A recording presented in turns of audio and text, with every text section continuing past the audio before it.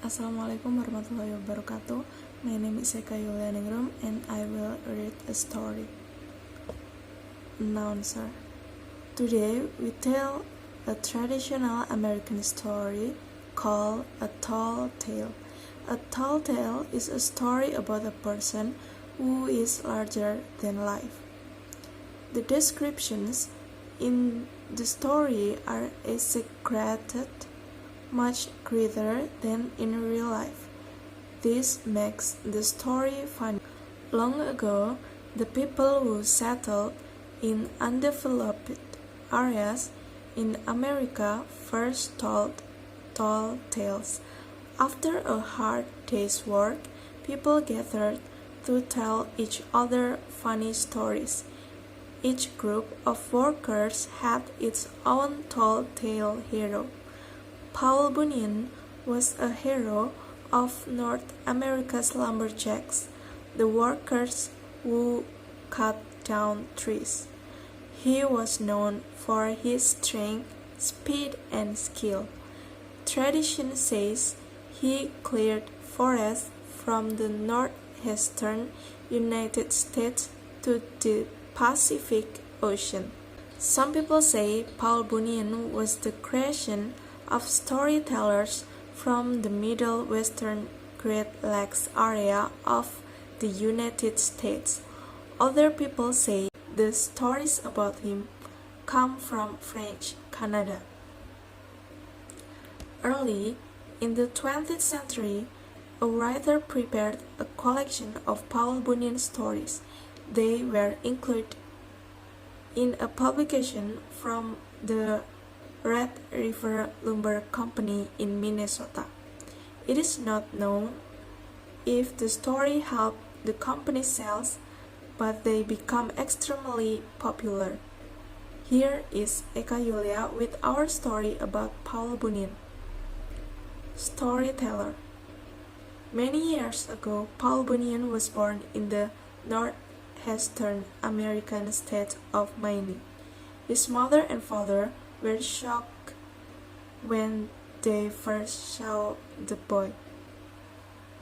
Paul was so large at birth that 5 large birds had to carry him to his parents. When the boy was only a few weeks old, he weighed more than 45 kilograms. As a child, Paul was always hungry. His parents needed tin cows to supply milk for his meals. Before long, he ate 50 eggs and 10 containers of potatoes every day. Young Paul grew so big that his parents did not know what to do with him. Once, Paul rolled over so much in his sleep that he caused an earthquake. This injured people in the town where his parents lived. So, the government told his mother and father they would have to move him somewhere else. Paul's father built a wooden cradle, a traditional bed for a baby. His parents put the cradle in waters along the coast of Maine. However, every time Paul rolled over, huge waves covered all the coast towns. So his parents brought their son back on land. They took him into the woods. This is where he grew up. As a boy, Paul helped his father cut down trees. Paul had the strength of many men. He also was extremely fast. He could turn off a light and then jump into his bed before the room got dark. Maine is very cold for much of the year. One day, it started to snow. The snow covered Paul's home and a nearby forest. However, this snow was very unusual. It was blue. The blue snow kept falling until the forest was covered. Paul put on his snowshoes and went out to see the unusual sight. As he walked, Paul discovered an animal stuck in the snow. It was a baby ox. Paul decided to take the ox home with him. He put the animal near the fireplace. After the ox got warmer, his hair remained blue. Paul decided to keep the blue ox and named him Babe. Babe grew very quickly. One night, Paul left him in a small building with the other animals. The next morning, the barn was gone and so was Babe. Paul searched everywhere for the animal. He found Babe calmly eating grass in a valley, with the barn still on top of his back. Babe followed Paul and grew larger every day. Every time Paul looked, Babe seemed to grow taller. In those days, much of North America was filled with thick, green forests. Paul Bunyan could clear large wood areas with a single stroke of his large, sharp axe. Paul taught Babe to help with his work. Babe was very useful. For example, Paul had trouble removing trees along a road that was not straight. He decided to tie one end of the road to what remained of a tree in the ground. Paul tied the other end to Babe. Babe dug his feet in the ground and pulled with all his strength until the road became straight. In time, Paul and Babe, the blue ox, left mining and moved west to look for work in other forests. Along the way, Paul dug out of the Great Lakes to provide drinking water for Babe. They settled in a camp near the Onion River in the state of Minnesota. Paul's camp was the largest in the century. The camp was so large that men had to move 1 week to supply of food when walking from one side of the camp to the other. Paul decided to get other lumberjacks to help with the work. His work crew became known as the 7 Axemen. Each man was more than 2 meters tall and weighed more than 160 kilograms. All of the Axemen were named Elmer. That way, they all come running whenever Paul called them. The man who cooked for the group was named Sort of Sam. He made everything except coffee from sort of, a substance used in making sort of bread. Every Sunday, Paul and his crew ate hot cakes. Each hot cake was so large that it took 5 men to eat one. Paul usually had 10 or more hot cakes, depending on how hungry he was. The table where the men ate was so long that a server usually drove to one end of the table and stayed the night. The server drove back in the morning with a fresh load of food. Paul needed someone to help with the camp's finances. He gave the job to a man named Johnny Inkslinger. Johnny kept record of everything, including wages and the cost of feeding Babe.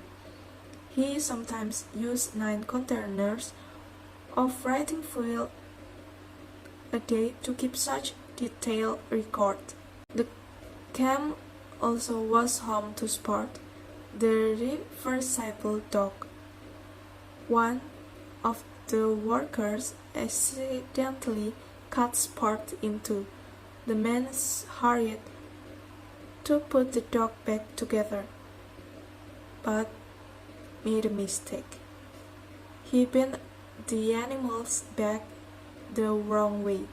However, that was not problem for sport. He learned to run on his front legs until he was tired. Then he turned the other way and ran on his back legs. Big mosquitoes were a problem at the camp.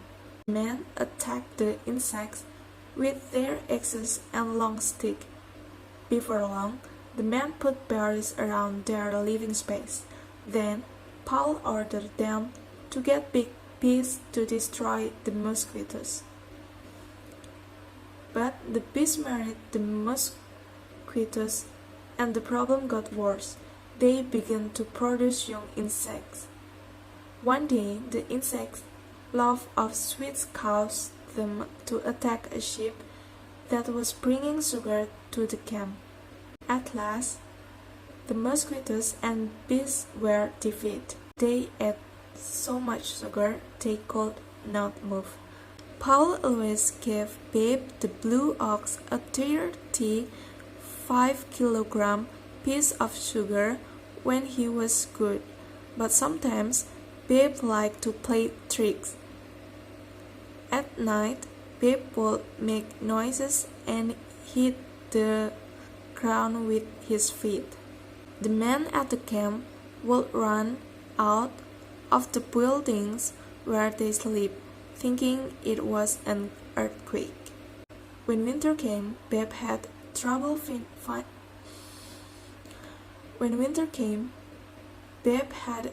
finding enough food to eat. Snow covered everything. Only the blacksmith solved the problem. He made hot green sunglasses for Babe.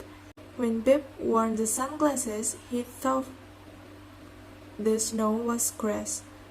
Before long, Babe was strong and healthy again. One year, Paul's camp was especially cold. It was so cold that the men let their facial hair grow very long. When the men spoke, their words frozen in the air. Everything they said remained frozen all winter long, and did not melt until spring.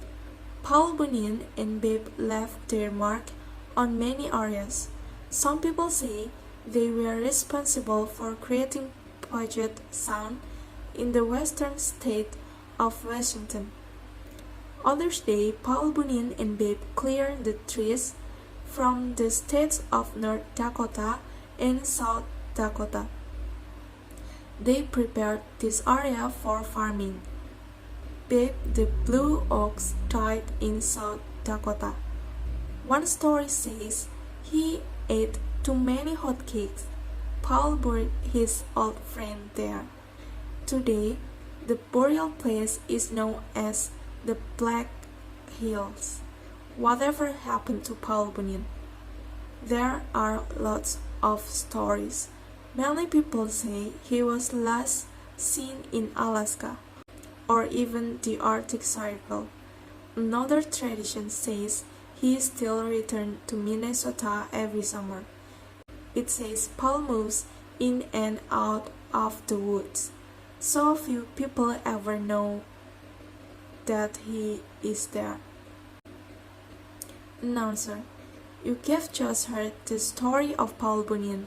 It was adapted for Special English by George Crow. Your narrator was Yulia.